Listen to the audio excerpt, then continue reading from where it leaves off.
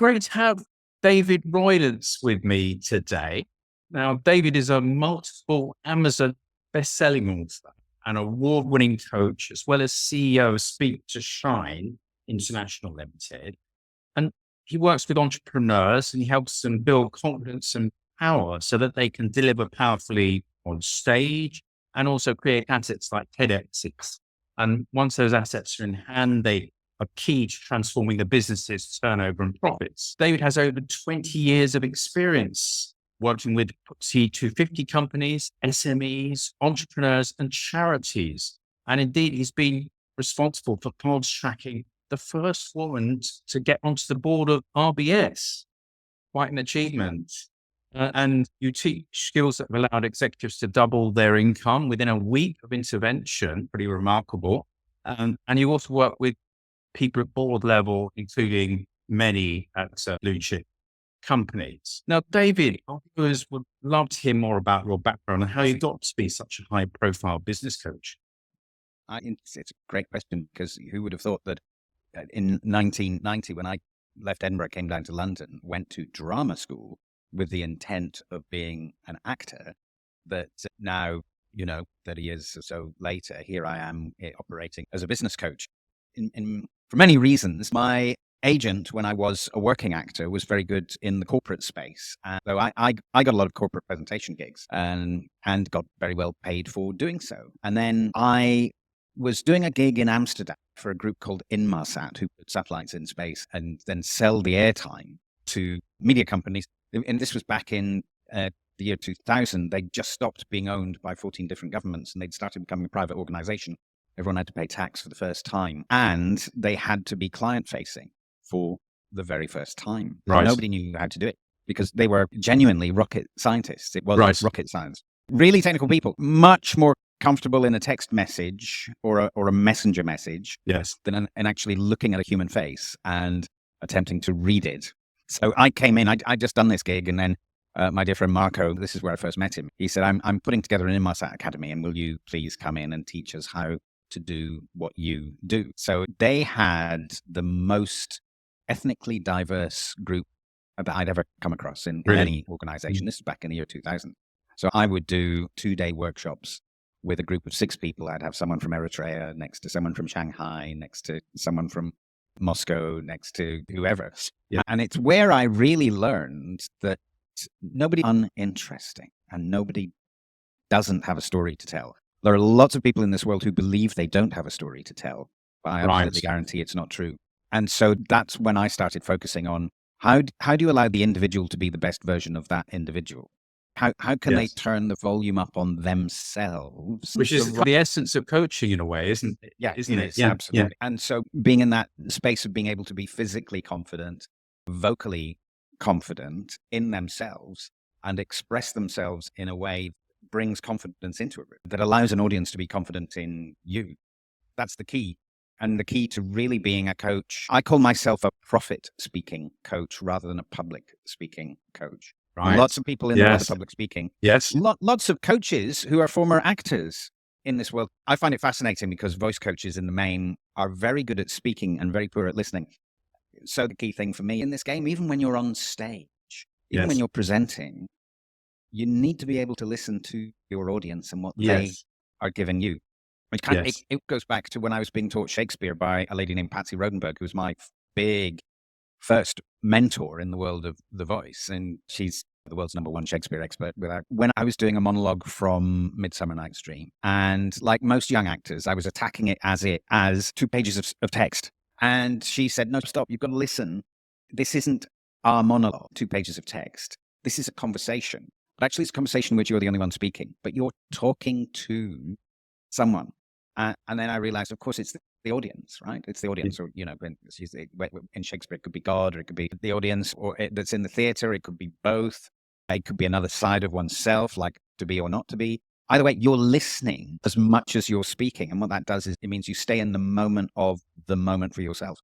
And so I've translated that, if you like, into how you then use a sales conversation or use a stage that's designed to sell in order to create that conversation between audience and speaker. Oh, that's absolutely fascinating, because of course, when it comes to selling, that's one of the main criticisms of people is that they don't spend enough time listening to to really be able to tune in.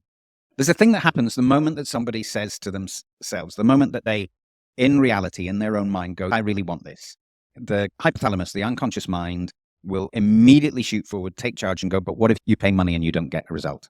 And so it's actually the admittance of wanting something that makes somebody take that step back and suddenly start bringing up objections. So most of us in life, when we're presented with objections, try to justify our position against those objections because we're fearful it means the person's not interested. Now, a sale can involve money, or it can involve marriage, or moving in together, or deciding what you're going to have from the takeaway. Do you know what I mean? It's like there's so many sales that people do without realizing. When an objection comes up, you go, oh, good, because that means you're interested. And so if you address it with that energy, you get a very different result than if you address it with a justification. It's the opposite of indifference that you're hearing from that person, which is a great advantage for you if you're listening and hearing that properly from the prospect. Yeah, that's really interesting. And how you got from the acting world, that also amazing. I ran a theatre company for years as a director, and that's when I realized that every single person needs something different. When I had a group of 4 actors, it was a 5-handed play and somebody dropped out. I ended up being on the stage as well as directing. But as a director, sitting in the auditorium, looking at the theatre space and realizing that every night, every single actor came in and did something completely different in order to prepare. And I went, oh, my job is to be able to allow that person to reveal not just the best version of themselves, but the best version of approach. So that was an amazing rehearsal for coaching by the sound of it, in the way that you analyze it, getting the best out of them again. That same idea. I understand that because value you mentioned there, and you help people and businesses to sell their products in a non-salesy way. What are the key elements of that? I go back to listening very much. It's like I have a system that I teach that has up to 15 different steps in it. And 14 of those 15 steps are pretty much giving the client the opportunity to walk away and say no. On the basis that if 14 times you give a client an opportunity to say no and they don't say no, when it comes to time to say, shall we do the business, then the chances are that they're much more likely to go for it. Do you remember that idea that I said a few moments ago? The moment someone admits to themselves that they want something, the unconscious mind leaps forward and goes, oh, but this isn't going to work, or you're not going to get a result. So you want to get them to articulate the word no out loud in some form that's dealt with in order that you can then have a reasonable conversation with them about what they really want. So you're almost teasing those objections out in order that you can totally and address them. Yeah. And it's in the 1980s, sales was taught from the perspective of this, what they called the yes ladder. You get someone to say yes. Hi, Mr. Roylance. It's the Clean Water Company. Do you like water? Yes. Do you like clean water? Yes. Do you like having clean water 24 hours a day? Yes. And the idea is you say yes so often that when they ask you to buy, you say yes without thinking. But actually the opposite happens. The more someone tries to get you to say yeah, the more you want to say no.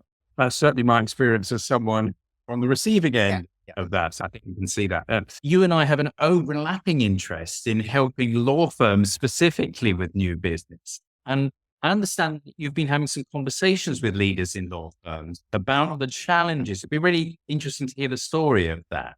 Facing. This is something that it's true, I think, in the world of law, in the conversations that I've been having with people who run and people who are head of talent within a number of law firms, is that the senior directors and the rainmakers of a firm are bringing in business just like they have always done. But somewhere underneath that, there's a strata of partners and those who would be partners who are really struggling to bring in business, whether that's to do with how much in the last 4 years people have been put in a position where they can't be in each other's presence, or particularly a lot of younger lawyers are not keen on networking and going out and having conversations. I think a lot of that is to do with the presumption that they're selling and all the judgments that we make about selling that are based on the idea of that yes ladder approach to selling. I didn't go to law school for all these years to come out and become a sales. So the challenge is for those rainmakers is I can't retire because I'm bringing the money in. So that's a challenge. The business is so much dependent on one or two people. I worked with a lawyer recently, very nice chap. That was his reputation. He's a very nice chap.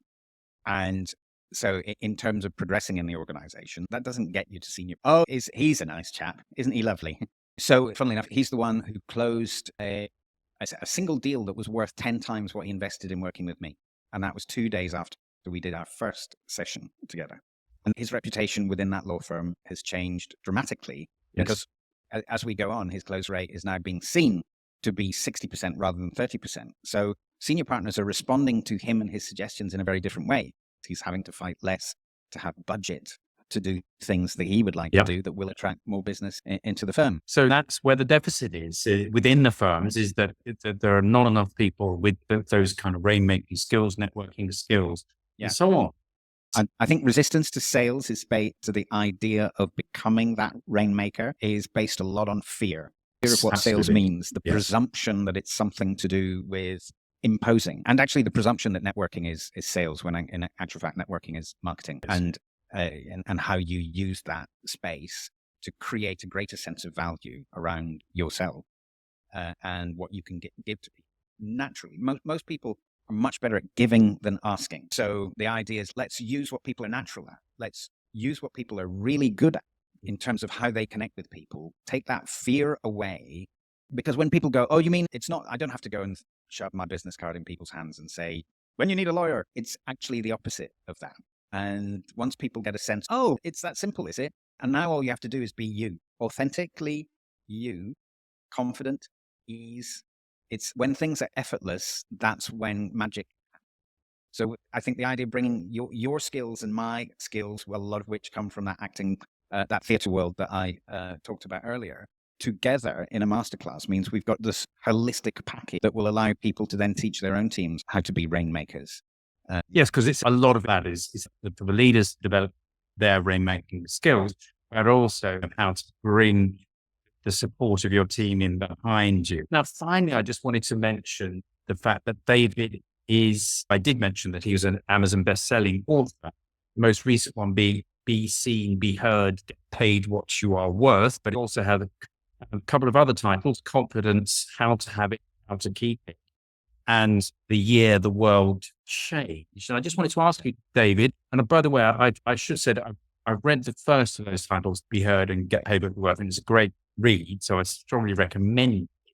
Where can people get hold of these? The best place to do it is Amazon. Even if you're not in the UK, the best place to do it is Amazon. It's available from Amazon DE, Amazon IT, Amazon.com. David, thank you so much for sharing your insights with us today. My pleasure. Very much my pleasure. Thank you, Jonathan.